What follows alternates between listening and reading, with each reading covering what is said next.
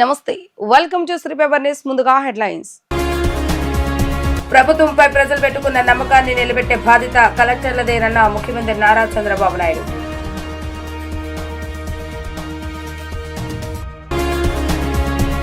ప్రభుత్వం ముఖ చిత్రాన్ని క్షేత్రస్థాయిలో ప్రతిబింబించే విధంగా జిల్లా కలెక్టర్లు కృషి చేయాలన్న మంత్రి పయ్యావుల కేశవ్.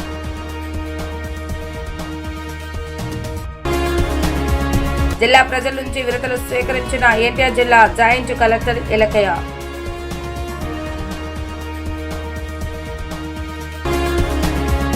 ప్రభుత్వంపై ప్రజలు పెట్టుకున్న నమ్మకాన్ని నిలబెట్టే బాధ్యత కలెక్టర్లదేనని సీఎం చంద్రబాబు నాయుడు స్పష్టం చేశారు. లక్ష్యాలకు అనుగుణంగా వారు పనిచేయాలని తెలిపారు. మానవీయ కోణంలో ఆలోచించి నిర్ణయాలు తీసుకోవాలని, క్షేత్రస్థాయిలో పర్యటించి వాస్తవాలు గ్రహించాలని దిశానిర్దేశం చేశారు. కొత్తగా నియమితులైన కలెక్టర్లకు శుభాభినందనలు తెలిపారు. వెలగపూడి సచివాలయంలో కలెక్టర్ల కాన్ఫరెన్స్ లో వివిధ రంగాలపై సమీక్షలోనూ మాట్లాడారు. ఈ సందర్భంగా సీఎం చంద్రబాబు నాయుడు మాట్లాడుతూ అందరినీ సాధికారత దిశగా నడిపిస్తామని చెప్పిన హామీని జనం విశ్వసించి ఎన్డీఏకి 94% స్ట్రైక్ రేటుతో 164 అసెంబ్లీ స్థానాలు ఇచ్చారని తెలిపారు. సంపద సృష్టించి ఆదాయాన్ని పెంచి సంక్షేమం అమలు చేస్తున్నామని కూడా చెప్పామన్నారు. చెప్పినట్లుగా సూపర్ 6 ను సక్సెస్ చేశామని, ఆర్థిక అసమానతలు తగ్గించేందుకు అభివృద్ధితో పాటు సంక్షేమాన్ని అమలు చేస్తున్నామని గుర్తు చేశారు.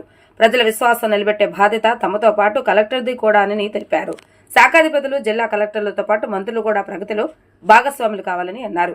వారిని త్వరలోనే జిల్లా ప్రగతి చైర్మన్లుగా నియమిస్తామని, నియోజకవర్గ ప్రగతి అధ్యక్షులుగా శాసనసభ్యులను నియమిస్తామని చెప్పారు. శాఖల వారీగా ర్యాంకులు ప్రకటించామని, అది శాఖాధిపతులకు మాత్రమే వర్తించదని, ఆ శాఖల మంత్రులకు వర్తిస్తుందని, శాఖలపై వారు సంపూర్ణ అవగాహన పెంచుకోవాలని తెలిపారు. పథకాల లబ్ధిదారులకు సాయం అందటంలో తలెత్తిన చిన్న చిన్న లోటుపాట్లను కలెక్టర్లు సరిదిద్దాలని అన్నారు.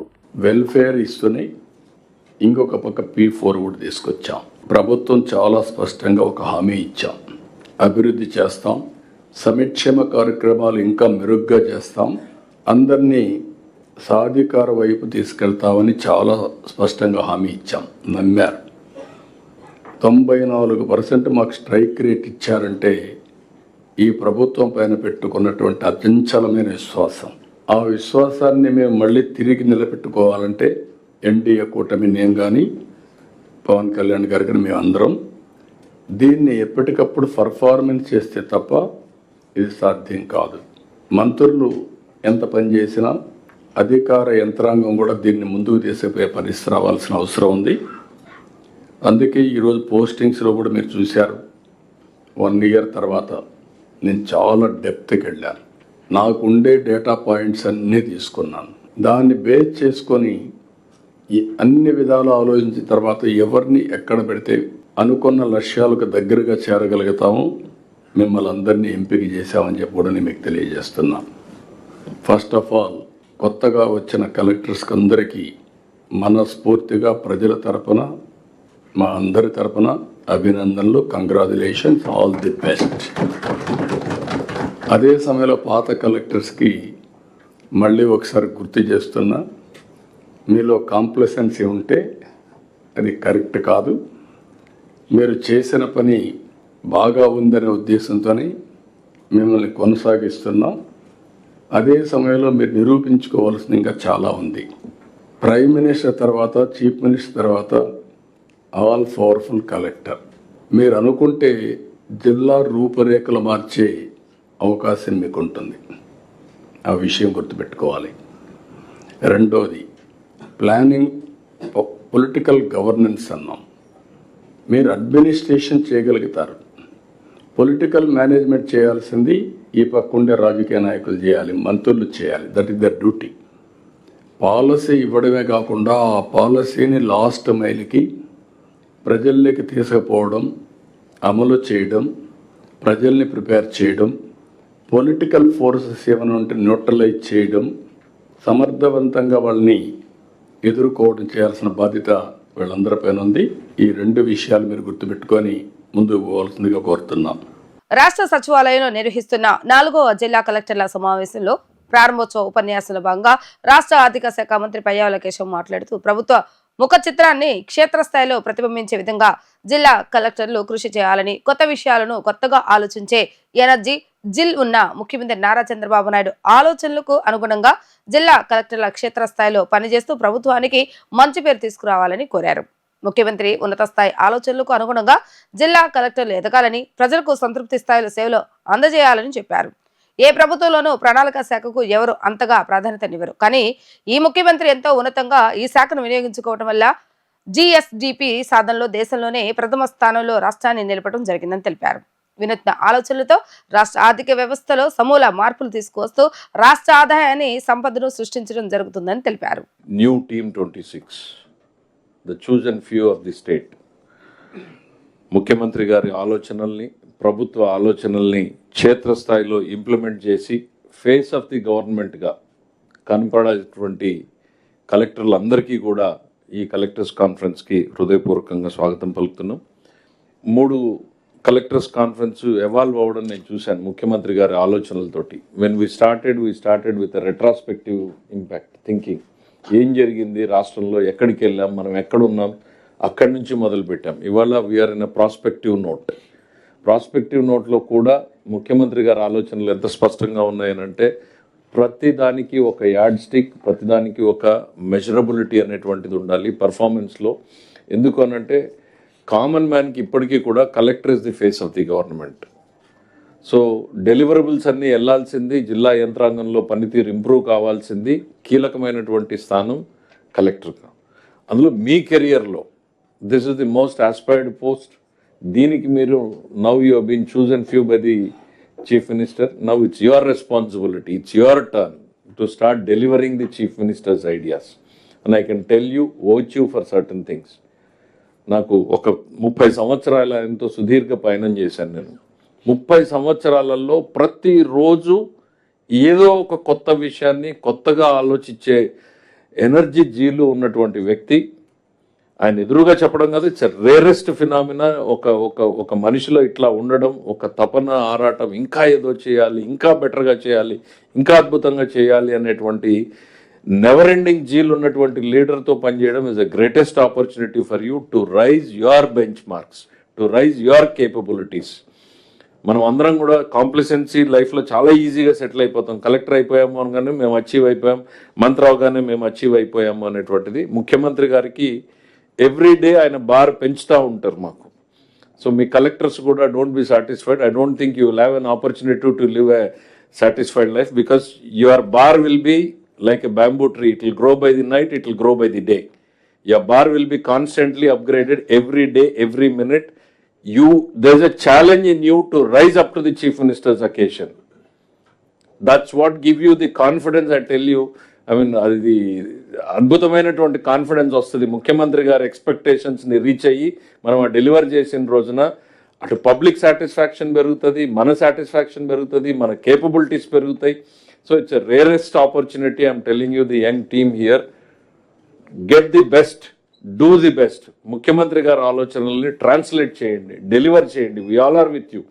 It's a political governance. ముఖ్యమంత్రి గారు పదే చెప్తా ఉంటారు. So we are there. ఒక చిన్న ఎగ్జాంపుల్, ప్లానింగ్ డిపార్ట్మెంట్ అనేటువంటిది గత 70 సంవత్సరాలలో అదొక పోస్ట్ మార్టం డిపార్ట్మెంట్ లాగా ఉంటుంది. కానీ చంద్రబాబు నాయుడు గారి గవర్నమెంట్లో planning department plays a very key role. I mean, it totally changes its face, it changes its importance, changes the direction. ఇవాళ అన్ని శాఖలకి ముఖ్యమంత్రి గారు మెజరబుల్ బెంచ్ మార్క్స్ ప్లానింగ్ నుంచి పెడుతున్నారు. రేపొద్దున మీరు జిల్లాలోకి వెళ్ళిన తర్వాత కూడా జిఎస్డిపి ఈ గవర్నమెంట్ వచ్చిన తర్వాత now we have topped the nation లెవెల్లో. We have crossed 10.5%. ప్రజా సమస్యల పరిష్కార వేదికకు రాష్ట్ర ప్రభుత్వం అత్యంత ప్రాధాన్యత ఇస్తుందని, ప్రతి అర్జీపైన ప్రత్యేక దృష్టి పెట్టి ప్రజల సమస్యలకు నాణ్యమైన పరిష్కారం చూపాలని జిల్లా జాయింట్ కలెక్టర్ ఎస్ ఇలకయ్య అన్నారు. అధికారులు నిబద్ధతతో అర్జీలపై దృష్టి పెట్టి పారదర్శకంగా సమస్యలు పరిష్కరించాలని తెలిపారు. కలెక్టరేట్ శ్రీ పింగళ వెంకయ్య సమావేశ మందిరంలో నిర్వహించిన పీజీఆర్ఎస్ కార్యక్రమంలో ఎస్ ఇలకయ్య అధికారులతో కలిసి ప్రజల నుంచి అర్జీలు స్వీకరించారు. రెవెన్యూ శాఖకు సంబంధించి 44, పోలీస్ శాఖ నుంచి 26, డిఆర్డీఏకు సంబంధించి 17, ఏఎంయూడి నుంచి 16, విద్యకు సంబంధించి 9, పంచాయతీ శాఖకు సంబంధించి 8 అర్జీలు వచ్చాయి. ఆరోగ్యం, గృహ నిర్మాణం, విభిన్న ప్రతిభావంతుల శాఖకు 4 చొప్పున, ఇరిగేషన్, కాలేజ్ విద్య, పౌర సరఫరాలు, వ్యవసాయం, రిజిస్ట్రేషన్ అండ్ స్టాంప్స్ కు 3 చొప్పున, సర్వే, సహకారం, సాంఘిక సంక్షేమం, కాలుష్యం నియంత్రణ, విద్యుత్ ఎండమెంట్స్ కు 2 చొప్పున అర్జీలు వచ్చాయి. అదేవిధంగా మైన్స్, నైపుణ్యాభివృద్ధి, బీసీ సంక్షేమం, ఉపాధి కల్పన, పర్యాటకం, గ్రామీణ నీటి సరఫరా, బ్యాంకుల సేవలు, సాంకేతిక విద్య, గ్రామ వార్డు సచివాలయ శాఖకు ఒక్కో అర్జీ వచ్చాయి. మొత్తం 168 అర్జీలు రాగా వీటి పరిష్కారానికి చర్యలు తీసుకోవాలని ఆదేశించారు. ఈ సందర్భంగా జాయింట్ కలెక్టర్ మాట్లాడుతూ పీజీఆర్ఎస్ లో అర్జీ ఇస్తే తప్పనిసరిగా తమ సమస్యకు పరిష్కారం లభిస్తుందని ఆశతో ప్రజలు వస్తారని, అధికారులు నిబద్ధతతో అర్జీలపై దృష్టి పెట్టి పారదర్శకంగా సమస్యలు పరిష్కరించాలని అన్నారు. నిర్దేశ గడువులోగా అర్జీదారుడు సంతృప్తి చెందేలాగా సమస్యలు పరిష్కరించాలని అన్నారు. బిల్డింగ్ వర్కర్స్ వెల్ఫేర్ బోర్డు నుంచి అమలవుతున్న వివిధ సంక్షేమ పథకాలను కూటమి ప్రభుత్వం అమలు చేయాలని AP building and other construction workers union ప్రధాన కార్యదర్శి ఆర్వి నరసింహారావు డిమాండ్ చేశారు. రాష్ట్రంలోని సంక్షేమ బోర్డులో 3,000 కోట్ల నిధులు ఉండి ఒక్క సంక్షేమ పథకాన్ని కూడా అమలు చేయడం లేదని ఆవేదన వ్యక్తం చేశారు. ప్రభుత్వం స్పందించి కార్మికుల న్యాయపరమైనటువంటి డిమాండ్లను పరిష్కరించాలని తెలిపారు. లేని పక్షంలో భవిష్యత్తులో జరగబోయే సమరశీల పోరాటాలకు ప్రభుత్వమే పూర్తిగా నైతిక బాధ్యత వహించవలసి ఉంటుందని హెచ్చరించారు. బిల్డింగ్ వర్కర్స్ వెల్ఫేర్ బోర్డు ద్వారా సంక్షేమ పథకాలు అమలు చేయాలని డిమాండ్ చేస్తూ AP building and other construction workers union ఆధ్వర్యంలో లేబర్ కమిషనర్ ఆఫీస్ ముట్టడి కార్యక్రమాన్ని నిర్వహించడం జరిగింది. ఈ ఆందోళన కార్యక్రమంలో కార్మికులు పెద్ద ఎత్తున పాల్గొన్నారు. ఈ సందర్భంగా యూనియన్ ప్రధాన కార్యదర్శి ఆర్వి నరసింహారావు మాట్లాడుతూ బిల్డింగ్ వర్కర్స్ వెల్ఫేర్ బోర్డు నుంచి అమలవుతున్న వివిధ సంక్షేమ పథకాలను గత వైసీపీ ప్రభుత్వం ఆపేసి భవన నిర్మాణ కార్మికులకు తీవ్రమైన అన్యాయం చేస్తుందని గుర్తు చేశారు. వెల్ఫేర్ బోర్డును పునరుద్ధరించి సంక్షేమ పథకాలను అమలు చేస్తామని ముఖ్యమంత్రి నారా చంద్రబాబు నాయుడు, ఉప ముఖ్యమంత్రి పవన్ కళ్యాణ్ ఎన్నికల మేనిఫెస్టోలో హామీ ఇచ్చారని తెలిపారు. ప్రభుత్వం ఏర్పాటై ఏడాది పూర్తయినా ఈ హామీ అమలు కావటం లేదని పేర్కొన్నారు. దేశంలోని అన్ని రాష్ట్రాల భవన నిర్మాణ కార్మికులకు ఆయా రాష్ట్రాల వెల్ఫేర్ బోర్డుల ద్వారా వివిధ రకాల సంక్షేమ పథకాలు అమలు చేస్తామని వివరించారు. రాష్ట్రంలో 3,000 కోట్ల నిధులు ఉండి ఒక్క సంక్షేమ పథకాన్ని కూడా అమలు చేయడం లేదని ఆవేదన వ్యక్తం చేశారు. ఎన్నికల్లో ఇచ్చిన హామీ మేరకు తక్షణమే కూటమి ప్రభుత్వం బోర్డు ద్వారా సంక్షేమ పథకాలను అమలు చేయాలని డిమాండ్ చేశారు. ఈ పథకాల అమలు వల్ల రాష్ట్ర ప్రభుత్వానికి ₹1 కూడా ఖర్చు కాదని తెలిపారు. అవసరమైన నిధులు చట్ట ప్రకారం వసూలు చేసిన సెస్ ద్వారా బోర్డులో ఉన్నాయని పేర్కొన్నారు. ప్రభుత్వం స్పందించి కార్మికుల న్యాయపరమైనటువంటి డిమాండ్లను పరిష్కరించాలని తెలిపారు. లేదంటే భవిష్యత్తులో జరగబోయే సమరశీల పోరాటాలకు ప్రభుత్వమే పూర్తి నైతిక బాధ్యత వహించవలసి ఉంటుందని హెచ్చరించారు.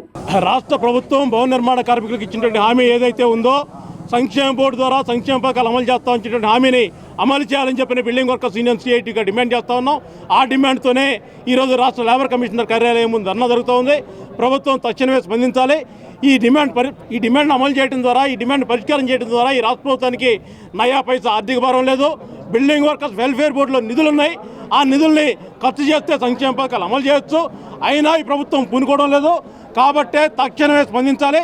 భారతదేశ పార్లమెంటు ద్వారా ఉనికిలోకి వచ్చినటువంటి బిల్డింగ్ వర్కర్స్ వెల్ఫేర్ బోర్డు ద్వారా సంక్షేమ పథకాలు అమలు చేయాలని చెప్పని డిమాండ్ చేస్తా ఉన్నాం. ఒక పక్కన తమిళనాడు రాష్ట్రంలో భవన నిర్మాణ కార్మికుడు ప్రమాదవశాత్తు చనిపోతే 10 లక్షల రూపాయలు ఇస్తూ ఉన్నారు. తెలంగాణలో 6 లక్షలు ఇస్తూ ఉన్నారు. ఇతర అన్ని రాష్ట్రాల్లో 5 లక్షల నుంచి 10 లక్షల రూపాయలు అమలు జరుగుతూ ఉంటే రాష్ట్ర బిల్డింగ్ వర్కర్స్లో నమోదు చేసుకున్న 22 లక్షల మంది కార్మికులకి ఒక్క పథకం అమలు చేయకుండా 4 సంవత్సరాల పైగా 12-14 మెమో ఇచ్చి పథకాలు ఆపేయటం అన్యాయం. ఆ మెమోని రద్దు చేయాలి. రద్దు చేసి తక్షణమే బిల్డింగ్ వర్కర్స్ వెల్ఫేర్ బోర్డు ద్వారా పని చేయించాలి, సంక్షేమ పథకాలు అమలు చేయాలని చెప్పని ఈ సందర్భంగా రాష్ట్ర ప్రభుత్వం డిమాండ్ చేస్తూ ఉన్నాం. R V Narasimha Rao, building workers federation CITU రాష్ట్ర ప్రధాన కార్యదర్శి. లేబర్ కోడ్స్ రద్దు చేసి కార్మిక చట్టాలను అమలు చేయాలని కేంద్ర రాష్ట్ర ప్రభుత్వాలను Andhra Pradesh medical sales representatives union ప్రతినిధులు డిమాండ్ చేశారు. వెజ్ బోర్డును స్థాపించి హైలీ స్కిల్డ్ లేబర్ గా గుర్తించి నెలకి ₹26,900 జీతం చెల్లించాలని కోరారు. నగరంలోని గాంధీనగర్ ధర్నా చౌక్ వద్ద Andhra Pradesh medical sales representatives union రాష్ట్ర స్థాయి ధర్నా నిర్వహించారు. పెద్ద ఎత్తున ప్లకార్డులు చేతపట్టుకుని నినాదాలు చేశారు. అనంతరం యూనియన్ ప్రతినిధులు మీడియాతో మాట్లాడుతూ లేబర్ కోడ్స్ రద్దు చేసి కార్మిక చట్టాలను అమలు చేయాలని కేంద్ర రాష్ట్ర ప్రభుత్వాలు కోరారు. వెజ్ బోర్డును స్థాపించి హైలీ స్కిల్ లేబర్ గా గుర్తించి నెలకి 26,900 జీతం చెల్లించాలని డిమాండ్ చేశారు. మెడికల్ సేల్స్ రిప్రజెంటేటివ్స్ కి చట్టబద్దమైనటువంటి పని విధానాలు కల్పించాలని అన్నారు. సేల్స్ ప్రమోషన్ ఎంప్లాయీస్ చట్టాన్ని ఖచ్చితంగా అమలు చేసే విధంగా యాజమాన్యాలు చర్యలు తీసుకోవాలని అన్నారు. వ్యక్తిగత గోప్యతకి భంగం కలిగే డిజిటల్ పద్ధతులను తక్షణమే నిలిపివేయాలని స్పష్టం చేశారు. 48 కమిటీని గవర్నమెంట్ ఫామ్ చేసింది, సెంట్రల్ గవర్నమెంట్. కానీ 2017 తర్వాత 8 ఏళ్ళు అయినా కూడా ఇప్పటికీ కూడా ఆ మీటింగ్ పిలవట్లేదు.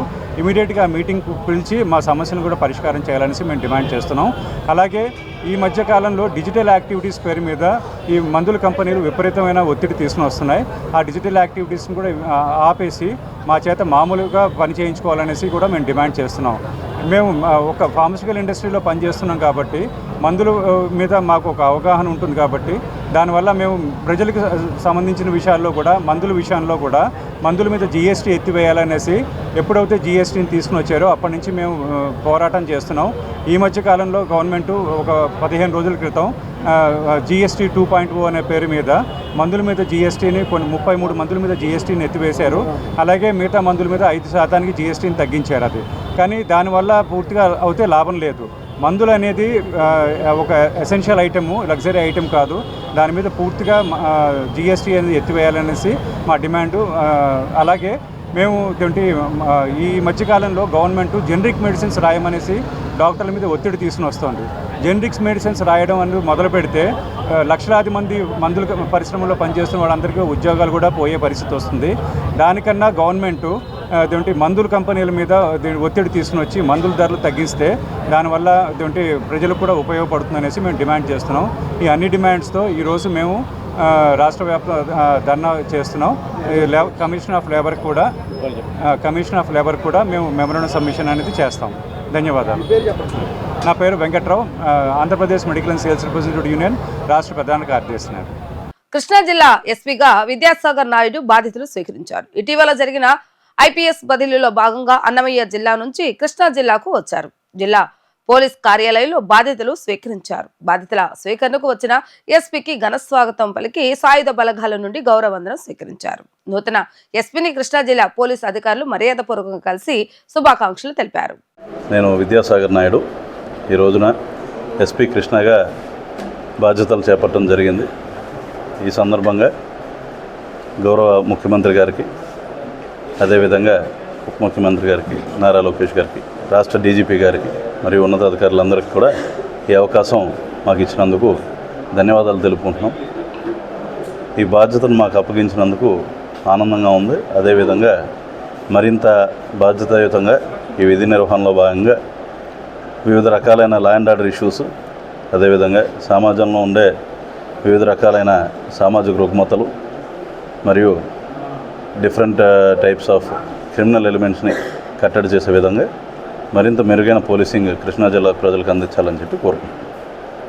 ముఖ్యంగా చూసుకుంటే మన సమాజంలో ఈ మధ్యకాలంలో వివిధ రకాలైన మత్తు పదార్థాలు, నార్కోటిక్ సబ్స్టెన్సెస్, మరి ముఖ్యంగా గంజాయి, ఇటువంటి పదార్థాలు పిల్లల్లో especially even from schooling age నుండి కూడా up to senior college students వరకు దీంట్లో చాలా వరకు దాన్ని పెనిట్రేట్ అవ్వడం జరిగింది ఈ సర్కిల్స్లో.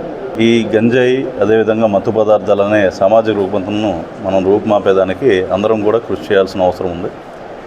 జిల్లా ఎస్పీగా నాపై ఆ బాధ్యత మరింత ఉంది కాబట్టి ఇది రూపుమాపేందుకు గాను యాంటీ డ్రగ్ అవేర్నెస్ క్యాంపెయిన్స్, అదేవిధంగా భారీగా స్కూల్ స్టూడెంట్స్, కాలేజ్ స్టూడెంట్స్ని కలుపుకొని పోతూ సమాజంలో మీడియా మరియు సివిల్ సొసైటీ సహకారంతో ఇటువంటి బ్యాడ్ ఎలిమెంట్స్ అందరినీ కూడా ఐడెంటిఫై చేసి జిల్లా నుండి వీళ్ళని రూపుమాపాలని చెప్పి అది మా ఎయిమ్గా మేము పనిచేయడం జరుగుతుందండి. తన తల్లి చావుకు కారణమైన వారిని కఠినంగా శిక్షించాలని మృతురాలి కొడుకు గోపి డిమాండ్ చేస్తున్నారు. ట్రాన్స్జెండర్ గొడవలో అవమానానికి గురై బలవన్మానానికి పాల్పడిన కుమారి కుటుంబ సభ్యులు ఆ వీధి ప్రజలందరూ రోడ్డు మీద బైఠాయించి నిరసనకు దిగారు. నిందితులు వచ్చి మోకాలపై కూర్చొని క్షమాపణ అడిగే వరకు అంత్యక్రియలు నిర్వహించమని తేల్చి చెప్పారు. తమ కుటుంబానికి తగిన న్యాయం చేయాలంటూ గోపితో మా ప్రతినిధి లిఖిత ఫేస్ టు ఫేస్. హిజ్రాల దాడికి మనస్తాపం గురై కుమారి అనే మహిళ కూడా ప్రాణం విడిచింది. ఈ నేపథ్యంలో ఇటు హిజ్రాల్ని అరెస్ట్ చేయాలని చెప్పి కూడా స్థానికులందరూ కూడా రోడ్డుపై బైఠాయించారు. ఇప్పటికే డీసీపీ సరిత కూడా వచ్చి వాళ్ళని పరామర్శించిన పరిస్థితి మనం చూసాం. కానీ ఖచ్చితంగా హిజ్రాల్ని అరెస్ట్ చేసే వరకు కూడా తాము ఇక్కడ నుంచి కదలమని చెప్పి కూడా ఇక్కడ చెప్తున్నారు. ఇక్కడ మనతో మాట్లాడటానికి ఎవరైతే చనిపోయారో వాళ్ళ కుమారుడు గోపి ఉన్నారో అని అడిగి తెలుస్తున్నాం. సార్ చెప్పండి, అసలు ఏం జరిగింది, ఏంటి? మేడం, మేము మామూలుగా నేను ఆ అమ్మాయి 5 years నుంచి లవ్ చేసుకున్నాం. సో వాళ్ళ ఇంట్లో వాళ్ళకి ఇష్టమే, మాకు ఇష్టమే. కొన్ని గొడవల వల్ల కొన్ని రోజులు అనేది మేము మాట్లాడుకోపోయే పాటికల్లా నేను వాళ్ళ ఇంటి దగ్గరికి వెళ్ళి ఈ అమ్మాయిని ఇస్తారా లేదా అని అడిగా. దానికి వాళ్ళ నాన్నగారు ఎవరన్నారు. సరే అని ఆ రోజు పొద్దున్నే నేను ఆ రోజు పొద్దున్న వాళ్ళ మామయ్య వాళ్ళు మాకు ఫోన్ చేశారు, ఇలా బిషప్ ఆదరేజ్లోకి రండి మేము మాట్లాడాలి అన్నారు. సరే మాట్లాడడానికి అని నేను మా అమ్మగారు వెళ్ళాము. వెళ్తే అక్కడ మా ఇద్దరికి కొద్దిగా మాట వచ్చి తోపులాట జరిగింది. అయితే మేము ఇంటికి వచ్చేసాం. సరే అయిపోయింది కదా, ఇంటికి వచ్చేసిన తర్వాత ఏం ఉండదులే అనుకున్నాం, వాళ్ళు అరుచుకుంటారు తర్వాత కామ్ అయిపోతారు అన్న ఇదిలోనే మేము ఉన్నాం. అయితే ఈ లోపల ఇజ్రా వాళ్ళు ఒక ముగ్గురు అనేది స్టార్టింగ్ హిజ్రాలకి ఇటు ఆ అమ్మాయి వాళ్ళకి అసలు ఏంటి సంబంధం? ఇజ్రాయెల్కి వాళ్ళకి వాళ్ళు చుట్టాలు, వాళ్ళ మామ వాళ్ళు దాంట్లో ఒక ఆయన ఇజ్రా అయ్యాడు. అది ఆయన పేరేంటండి? దానియేల్. ఆయన మెయిన్ అసలు ఆయన మెయిన్ ఆయన వెనకమాల ఉన్న అనుచరులే ఇదంతా చేశారు. వాళ్ళ దగ్గర ఒక గ్యాంగ్ ఉంటుంది, ఒక 15 మంది దాకా. వాళ్ళు ఫస్ట్ ఒక ముగ్గురిని పంపించి ఇంటి దగ్గర నాన్నని అన్నయ్యని చెప్పులతో ఎలా పడితే అలాగా చప్పట్లు కొట్టడాలు, పాట పాడాలు ఇవన్నీ చేశారు. ఇవన్నీ చేసిన తర్వాత ఇలా జరుగుతుందని నేను ఎమ్మటనే పోలీసు వాళ్ళకి ఫోన్ చేసి సార్ ఇలా జరుగుతుందని చెప్తే కానిస్టేబుల్ 7 టౌన్ కానిస్టేబుల్ ఒక ఆయన వచ్చి నన్ను తీసుకొని వెళ్ళిపోయారు. తీసుకొని వెళ్ళిన తర్వాత వీళ్ళు వచ్చి మా వెనకమాలు వచ్చారు. వీళ్ళు కూడా మా అమ్మ మా నాన్న వచ్చే టయానికల్లా వీళ్ళు ఇజ్రా వాళ్ళు దిగి మా అమ్మను కొట్టాల్సిన అవసరం ఏంటి, మా నాన్నను కొట్టాల్సిన అవసరం ఏంటి, బట్టలు ఇది అయిపోయేటట్టు చెప్పులు పెట్టి ఎగిరెగిరి తన్ని. అంటే ఆడమనిషిని కూడా అలా కొట్టాలా? వాళ్ళు ఎందుకు వచ్చారు, దేనికి వచ్చారు, ఎందుకు కొట్టారు అది అనేది తెలియాలి. వాళ్ళు ఎవరు చెప్తే వచ్చారు అవన్నీ మాకు తేలాలి, అది జరగాలి, మాకు న్యాయం జరగంది ఇక్కడ నుంచి కదిలిచ్చేదే లేదు. ఇప్పుడు దాడి జరిగినప్పుడు మీరు ఎక్కడున్నారు ఏంటి? నేను ఇక్కడ వీళ్ళు ముగ్గురు ఇజ్రా వాళ్ళు వచ్చారు అనగానే మేము పోలీసు వాళ్ళకి ఫోన్ చేసి అమ్మటనే పోలీస్ ఆయన వచ్చాడు, నన్ను తీసుకొని వెళ్ళిపోయాడు. మిమ్మల్ని ఎందుకు తీసుకెళ్లారు అసలు? అంటే ఇప్పుడు ఇంత ఎపిసోడ్లో ఇటు హిజ్రాల్ది తప్పు పెట్టుకొని మిమ్మల్ని ఎందుకు తీసుకెళ్లారు? అంటే గతంలో ఏమన్నా గొడవ జరిగిందని వాళ్ళకి దృష్టికి మీరు ఏమైనా తీసుకెళ్లారా? గతంలో అంటే గత 5 సంవత్సరాల నుంచి లవ్ చేసుకుంటున్నారని చెప్పారు. ఎప్పుడైనా ఇలాంటి మనస్పర్ధలు వచ్చాయా మీ మధ్యలో? ఇవన్నీ మీ పేరెంట్స్కి కానీ వాళ్ళ పేరెంట్స్కి కానీ చెప్పారా? మేడం ఈ 5 సంవత్సరాల్లో మాకు గొడవలు అయ్యాయి ఇంట్లో వరకే, అది మేము వాళ్ళ ఫ్యామిలీ వరకే అక్కడితో అయిపోయిద్ది. కానీ వీళ్ళు అనేది ఇజ్రా వాళ్ళు అనేది ఇప్పుడు ఎందుకు ఎంట్రీ అయ్యారు? మాకు ఎప్పుడు గొడవ అయినప్పుడు ఎంట్రీ ఇవ్వలేదు, ఇప్పుడు ఎందుకు ఎంట్రీ ఇచ్చారు? వాళ్ళు అసలు రావాల్సిన అవసరం ఏంటి? ఎవరు ఫోన్ చేశారు? అది మీ మమ్మీ లోపల హ్యాంగ్ చేసుకున్నారని చెప్పారు. అప్పుడు ఆవిడ పరిస్థితి ఎలా ఉంది? అంటే హాస్పిటల్లో చనిపోయారా లేదంటే ఇక్కడ చనిపోయారా? అసలు మీరు ఆవిడని కలిసారా? లాస్ట్ ఏం మాట్లాడారు? అంటే ఇక్కడ హిజ్రాల్తో దెబ్బలు తిన్న తర్వాత మీరు ఆవిడతో మాట్లాడారంటే మీరు స్టేషన్లో ఉన్నారంటున్నారు కదా, మేము నేను కలిసారా? ఎవరు? అమ్మగారుని హాస్పిటల్కి వెళ్ళి ఏమన్నా చూసారా? అప్పటికే ఆవిడ పొజిషన్ ఎలా ఉంది ఏంటి? మాట్లాడుతున్నారా? మాట్లాడట్లేదు మేడం. అసలు నేను స్టేషన్ దగ్గర నుంచి డైరెక్ట్ హాస్పిటల్కి వెళ్ళిపోయా. హాస్పిటల్కి వెళ్ళంగానే ఇంకా వెంటిలేటర్ మీద ఉన్నారు. అసలు నోట్లో పైపులు పెట్టేసి అసలు మాట్లాడే ఇది కూడా లేదు. ఆమె అలాగే బెడ్ మీద ఉన్నారు. 3 డేస్ నుంచి 2 డేస్ తర్వాత తెల్లారగట్ల 3ంటికి ఒకసారి పల్స్ లెవెల్స్ అనేది పడిపోయింది. పల్స్ లెవెల్స్ పడిపోయింది, హార్ట్ బీట్ పడిపోయింది. ఇంకా నేను వెళ్ళాను మళ్ళీ 7ంటికి కూడా కొద్దిగా అలా లెగిసింది. మళ్ళీ అమ్మటనే 8:30 9ంటికి ఇది అయ్యింది. ఇంకా అయిపోయిందని డాక్టర్లు అందరూ చెప్పేశారు. అసలు ఇప్పుడు ఈ ప్రేమ వ్యవహారానికి సంబంధించి ఇరు కుటుంబాల మధ్యలో అసలు ఇప్పుడు ఎవరైనా మాట్లాడే ప్రయత్నం చేశారంటే ఇప్పుడు ఇంత గొడవ జరుగుతుంది, అటు పక్కన అమ్మాయి తరఫున వాళ్ళు ఎవరైనా మీకు ఫోన్ చేశారా? న్యాయం చేస్తాము, మీకు సపోర్ట్ ఏ విధంగా ఉండబోతుంది? వాళ్ళైతే కొంతమంది రాయబారానికి పంపించారంట మేడం, ఇన్ని డబ్బులు ఇస్తాను, అమ్మాయిని ఇచ్చి పెళ్లి చేస్తాను, అంటే ఇప్పుడు డబ్బులు ఇచ్చినంత మాత్రం తిరిగి చనిపోయిన మమ్మీ ప్రాణం రాదు కదా. మేము అదే అడిగాం, మీకు ఎంత డబ్బులు కావాలో నేనే ఇస్తాం, మా ఇల్లు మొత్తం రాసిస్తాము, మా అమ్మని మాకు తీసుకురండి, మీరు ఎవరైతే ఉన్నారో వాళ్ళందరూ మా అమ్మని తీసుకొని రాగలరా, మీకు ఎంత కావాలంటే మేమే మీకు ఇస్తాం ఎదురు అన్నాం. 10 లక్షలకి మా అమ్మ వస్తుందంటే నేనే ఇస్తా వాళ్ళకి, మా అమ్మని తెస్తారా? మొత్తం మీ ప్రధానమైన డిమాండ్ ఏంటి? అంటే ఇప్పుడు పోలీసులు అసలు కేసు కట్టారా? వాళ్ళు ఇప్పుడు మీకు ఏం చెప్తున్నారు? ఇంత గొడవ జరుగుతుంది, డీసీపీ కూడా వచ్చారు, ఏం చెప్తున్నారు? ఇప్పుడు సిఐతో మాట్లాడే ప్రయత్నం చేశారు, అసలు ఏంటి? మేడం ఇవాళకి 5 డేస్ నుంచి వాళ్ళు అంత దజ్జాగా తిరిగారు. నిన్న అంటే అంత దజ్జాగా వాళ్ళు వచ్చి నిన్న మిమ్మల్ని ఏమన్నా బెదిరించే ప్రయత్నం చేశారు? ఇప్పుడు హిజ్రాల్ వచ్చి అంటే మమ్మీ చనిపోయిన తర్వాత వాళ్ళు వచ్చి ఏమన్నా మిమ్మల్ని బ్యాడ్ వర్డ్స్గా మాట్లాడటం కానీ, వాళ్ళు వచ్చి బెదిరించి అంటే చంపేస్తాం, ఏం చేయలేరు అని చెప్పి వాళ్ళు ఏమన్నా మీతో మాట్లాడారా? అలా ఏం చేయలేదు మేడం. కానీ వాళ్ళు అసలు అంత దజ్జాగా నిన్న వాళ్ళందరూ వెళ్ళారంట. అంటే వెళ్తే పోలీసు వాళ్ళకి తెలియదా? వాళ్ళకి తెలిసిద్దిగా ప్రతి ఒక్కటి ఏ ఫోన్ నెంబర్లు ఉంటాయి, ట్రేస్ అవుట్ చేసి పట్టుకోలేరా? వాళ్ళు ట్రేస్ అవుట్ చేసి పట్టుకుంటారు, ఎవరు చేశారో వాళ్ళకి తెలిసిద్ది, ఎక్కడ ఉంటారో తెలిసిద్ది. అంటే ఇన్ని రోజులైనా 5 days అయినా సరే వాళ్ళని పట్టుకోకుండా, వాళ్ళని యాక్షన్ తీసుకోకుండా వీళ్ళేం చేస్తున్నారు? మాకు అది తేలాలి మేడం. ఎవరైనా సరే దీని వెనకమాల ఎవరు ఉన్నదైనా సరే వాళ్ళందరూ జైలుకి వెళ్ళాలి. అది మాకు జరిగే న్యాయం. అది జరిగే వరకు ఇక్కడ నుండి కదిలిచ్చేదే లేదు. ఎవరు వచ్చినా సరే ఇక్కడే ఉండిద్ది. అసలు మీ ఫాదర్ మాట్లాడించే ప్రయత్నం చేద్దాం. చెప్పండి, అసలు ఎందుకు ఇప్పుడు మీ అబ్బాయి వ్యవహారం మీకు తెలుసా? అంటే ఎలా, అంటే ఒకవేళ కనుక ఇప్పుడు మీ వైఫ్ని కోల్పోయారు, ఏంటి? మేము ఫస్ట్ నుంచి ఒప్పుకున్నాం, మా అబ్బాయి ప్రేమించినా ఏం చేసినా నీ ఇష్టం రా, నువ్వు చేసుకో అని చెప్పేసి వాళ్ళు మాట్లాడారు, మేము మాట్లాడాము, అందరికి ఇష్టమే. మరి ఈ మధ్యలో ఇలా ఎందుకు కొద్దిగా 2 సంవత్సరాల నుంచి జాబ్కి వెళ్ళట్లా. ఏంటి నువ్వు జాబ్కి వెళ్ళినా ఏం వెళ్ళకపోయినా మేము చూస్తాము, మాది అని భరోసా కూడా మేము ఇచ్చాం. ఏంటి మా అబ్బాయి తెచ్చిపెట్టాలి అని చెప్పేసి మేము అనలా. మా ఆవిడ బతుకున్నంతకాలం మేము పెడతాం, చూస్తాం అని చెప్పేసి అన్నాం. మరి ఈ లోపల ఎందుకు గొడవ ఎందుకు తెలియదు. ఒక 6 నెలలు 7 నెలల దాకా వీళ్ళకి మాటలు లేవు ఇద్దరికి. మళ్ళీ 2 నెలల నుంచి మాట్లాడుకుంటున్నారు. ఈ లోపల ఏమైందో అనేది తెలియదు. ఏమైందండి? అసలు ఏం జరిగింది? ఏంటి మీ ఇద్దరి మధ్యలో ఎందుకు గొడవ వచ్చింది? అసలు మీ మమ్మీ చనిపోవటానికి అసలు కారణం ఏంటి? మీ ఇద్దరికి ఎందుకు గొడవ వచ్చింది? మేడం మేము ఆ రోజు ఆ అమ్మాయికి ఇష్టమైన, అసలు అమ్మాయికి తెలుసా ఇలా చనిపోయారు అని మొత్తం? అమ్మాయి ఏమంటుంది? అమ్మాయి మీతో మాట్లాడే ప్రయత్నం చేసిందా? లేదు మేడం, మాట్లాడలేదు. వాళ్ళకైతే తెలుసు ఇలా జరుగుతుంది, హాస్పిటల్లో ఉన్నారని తెలుసు. మొత్తం మీద చూసుకున్నట్లయితే ఒక హిజ్రా దాడికి మనస్తాపం చెంది ఒక తల్లిని, అదేవిధంగా ఒక భార్యని కోల్పోయారు. కానీ స్థానికులు ఖచ్చితంగా న్యాయం కోరుకుంటున్నారు.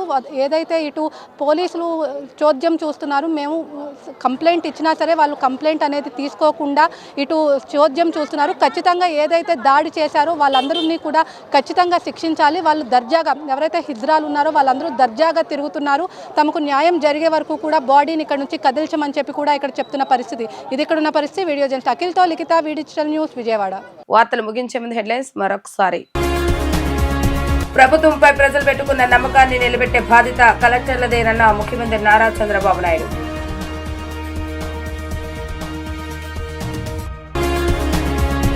ప్రభుత్వం ముఖ చిత్రాన్ని క్షేత్రస్థాయిలో ప్రతిబింబించే విధంగా జిల్లా కలెక్టర్లు కృషి చేయాలన్న మంత్రి పయ్యావుల కేశవ్.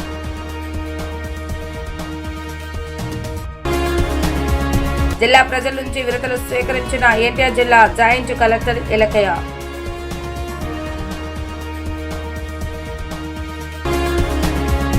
ఇవి ఈ రోజు వార్తా విశేషాలు. మరలా తిరిగి ప్రసారమయ్యే వార్తల్లో మళ్ళీ కలుద్దాం. అంతవరకు సెలవు, నమస్కారం.